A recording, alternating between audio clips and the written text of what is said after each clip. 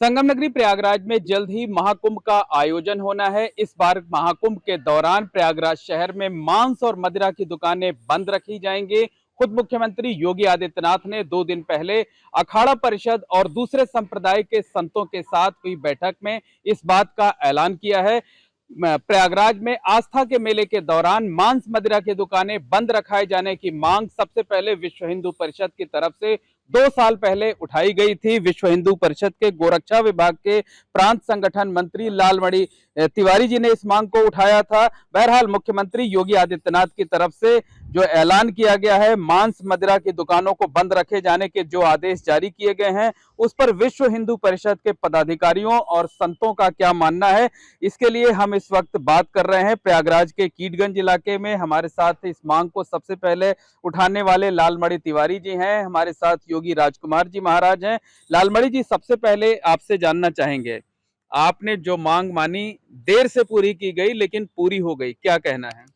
मुझे ये विश्वास था, मैंने 2022 में यह मांग उठाई थी कि ये तीर्थराज प्रयाग है। संपूर्ण देश के हिंदुओं का केंद्र बिंदु है तीर्थराज प्रयाग, जहाँ कुंभ मेला, महाकुंभ मेला, माघ मेले में करोड़ों की संख्या में श्रद्धालु आके संगम में डुबकी लगाते हैं। और जब यहाँ आते थे तो मांस, मछली, मदिरा की दुकानें देखते थे, उनके आस्था को ठेस पहुंचती थी। तो मैंने माननीय योगी जी को यह मांग पत्र पहुंचाया था। आपके चैनल ने इसको पहले चलाया भी था और मुझे विश्वास भी था कि वो संत हैं, वो जरूर मेरे मांगों पर ध्यान देंगे। महाकुंभ के पहले पहले उन्होंने ये घोषित करवा दिया कि प्रयागराज की शास्त्रीय सीमा में मांस, मछली, अंडा, मुर्गा की दुकानों का क्रय विक्रय और उसके सेवन पर पूरी तरीके से प्रतिबंध रहेगा। मैं माननीय मुख्यमंत्री जी का हार्दिक स्वागत करता हूं, संगठन परिवार की तरफ से, संपूर्ण हिंदू समाज की तरफ से, संपूर्ण देशवासियों की तरफ से। शुक्रिया जता रहे हैं मुख्यमंत्री योगी आदित्यनाथ का। जी हाँ, मैं बहुत बहुत उनको शुभकामनाएं देता हूं, हार्दिक बधाई देता हूं कि बहुत ही पुनीत कार्य उन्होंने किया है कि जब संपूर्ण विश्व की निगाहें तीर्थराज प्रयाग की तरफ हैं और सब लोग महाकुंभ में आने वाले हैं, उसके पहले उन्होंने ये जो निर्णय सुनाया, ये जो फरमान जारी किया कि मांस, मछली, अंडा, मुर्गा की दुकानें बंद रहेगी, बहुत ही स्वागत योग्य है। बिल्कुल स्वागत योग्य कदम है। शुक्रिया अदा कर रहे हैं लालमणि तिवारी जी, सबसे पहले इन्होंने ही इस मांग को उठाया था। हमारे साथ योगी राजकुमार जी महाराज हैं।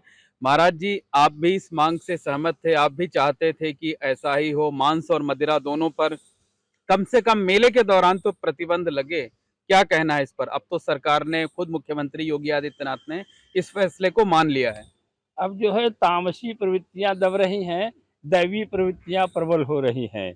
तो हर लोगों के अंदर जो है वो दैवीय चिंतन आने लगा है। तो मुख्यमंत्री जी ने जो कार्य किया है बड़ा ही सराहनीय है और बहुत ही प्रयाग वासियों के लिए अच्छा है।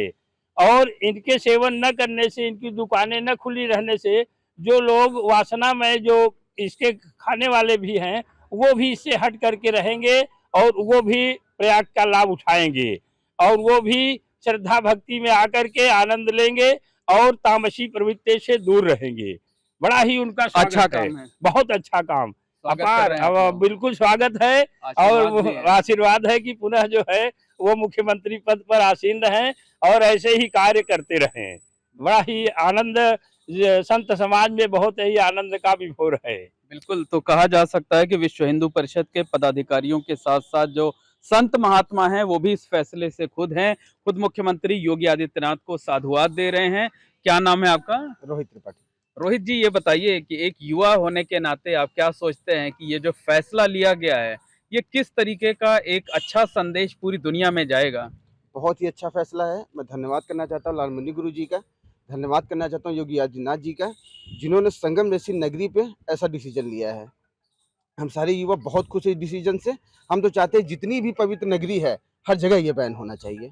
धन्यवाद हमारे योगी आदित्यनाथ जी को। तो सिर्फ महाकुंभ और माघ मेले के दौरान ही बंद होना चाहिए या कि नहीं। पूरे, तो यहाँ तो पूरे वर्ष पर्यंत श्रद्धालु आते रहते हैं, रोजाना लाखों की संख्या में श्रद्धालु आते हैं, तो पूरे वर्ष पर्यंत नहीं बंद कर देना चाहिए? बिल्कुल बंद कर देना चाहिए। संगम नगरी है, नाम में ही संगम है, हमेशा के लिए यहाँ प्रतिबंध लगना चाहिए इस चीज़ पर। इस चीज़ पे भी गुरु जी ने उनको लेटर लिखा है, इस चीज़ पे भी चर्चा होगी उनसे। बिल्कुल, तो वर्ष पर्यंत इस पर रोक लग जानी चाहिए, क्योंकि बाकी सब तीर्थ हैं लेकिन प्रयागराज तो तीर्थों का राजा है, तीर्थराज इसे कहा जाता है। क्या नाम है आपका? विजय पांडे जी। पांडे जी, ये बताइए क्या सुन रहे हैं लगाकर? जो मुख्यमंत्री जी का फैसला है धार्मिक नगरी संगम में महाकुंभ के दौरान मांस, मदिरा, मीट मछली पर प्रतिबंध लगाया गया है। ये सराहनीय कदम है, स्वागत योग्य कदम है मुख्यमंत्री जी का, और हिंदू समाज और संतों के लिए भी, संतों के द्वारा भी किया गया आह्वान बहुत सराहनीय है। और ये कार्य अच्छा है और होना भी चाहिए, क्योंकि विदेशों से लोग आते हैं संगम की नगरी में। लोगों की आस्था जो है वो आहत आहत होती होती है जी। हाँ, यहाँ पे आहत होती है, जब लटके हुए मांस, मीट, मदिरा देखते हैं, पी खा के लोग झगड़ा कर रहे तो आहत होती है, उसका विदेशों में बिल्कुल। दुष्प्रभाव लोग होता है। मदिरा का सेवन करने के बाद अक्सर उपद्रव भी करते हैं, जो है वो छवि खराब होती है। क्या नाम है आपका? लक्ष्मण सिंह नाम है। अंशुमन जी, ये बताइए कि क्या कहना है, किस तरह से आभार जता रहे हैं आप लोग? जी, अपने गुरुजी लालमणि तिवारी जी का मैं आभार जताता हूँ। बाकी इन्होंने मांग उठाया था, बाकी मैं अपने मुख्यमंत्री का भी आभार व्यक्त करता हूँ, जिन्होंने ये इस पे रोक लगाया है। ये देश विदेशों से बहुत सारे लोग आते हैं, जो बहुत बड़ा मेला लगता है दुनिया का, तो उसमें इस चीज़ ये देखते हैं तो उनकी जो है आस्था आहत होती है। बस इतना ही कहना है। बिल्कुल, आस्था आहत होती है, इसलिए जो फैसला है सही है। लालमणि जी, ये बताइए कि इस बार के महाकुंभ में देश दुनिया से तकरीबन 40 करोड़ श्रद्धालुओं के आने की उम्मीद है। क्या लगता है कि मांस मदिरा की दुकानों पर ताला लटका रहेगा, तो किस तरीके का एक अच्छा, सकारात्मक और सनातनी संदेश यहाँ से निकल करके पूरी दुनिया में जाएगा? संपूर्ण विश्व की जो जनता है योगी जी की तरफ देख रही है। उत्तर प्रदेश के मुख्यमंत्री योगी जी हैं और उन्हीं के कार्यकाल में ये महाकुंभ का आयोजन हो रहा है। महाकुंभ के पहले उनके द्वारा लिया गया निर्णय, जब संपूर्ण विश्व के लोग आएंगे जो पहले भी यहाँ आते रहे, तो उनको मांस, मछली, मुर्गा लटका हुआ मिलता था, लेकिन जब उनको नहीं दिखेगा तो उनको लगेगा कि मुख्यमंत्री योगी जी जैसा होना चाहिए, संत ऐसा होना चाहिए कि जो कठोर निर्णय ले सके। एक सात्विकता का भी संदेश जाएगा। सात्विकता का संदेश जाएगा। और मैंने तो ये मांग किया था कि मथुरा की तरह 5 किलोमीटर की परिधि में, संगम क्षेत्र के 5 किलोमीटर की परिधि में केवल मेला के दौरान नहीं, बराबर मांस, मछली, मुर्गा, अंडा और दारू का सेवन मतलब बंद होना चाहिए। स्थायी रूप से बंद कर देना अस्थायी रूप चाहिए, से जो बंद होना मदिरा की दुकानें हैं, जो मांस की दुकानें हैं। तो ये महाकुंभ के अवसर पर माननीय मुख्यमंत्री जी ने इसका प्रयोग किया है। मुझे अब भी यह विश्वास है कि आने वाले समय में माननीय योगी जी पूरी तरीके से मांस, मछली, अंडा, मुर्गा व दारू की दुकानों पर 5 किलोमीटर के दायरे में प्रतिबंध लगा देंगे। वो भी शुभ समाचार आप लोगों को कुछ दिन के बाद हो सकता है सुनाई मिले। बिल्कुल, तो वो शुभ समाचार भी जल्द ही सुनाई दे सकता है, ऐसा विश्वास है लोगों का।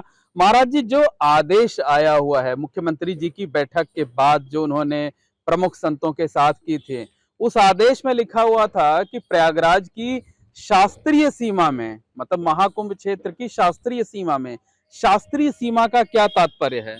जो परिक्रमा होती है, जो जो संतों का परिक्रमा होता है, वो शास्त्रीय सीमा है। उस सीमा के अंतर्गत जो है ये बिकने का मार्ग रोका गया है।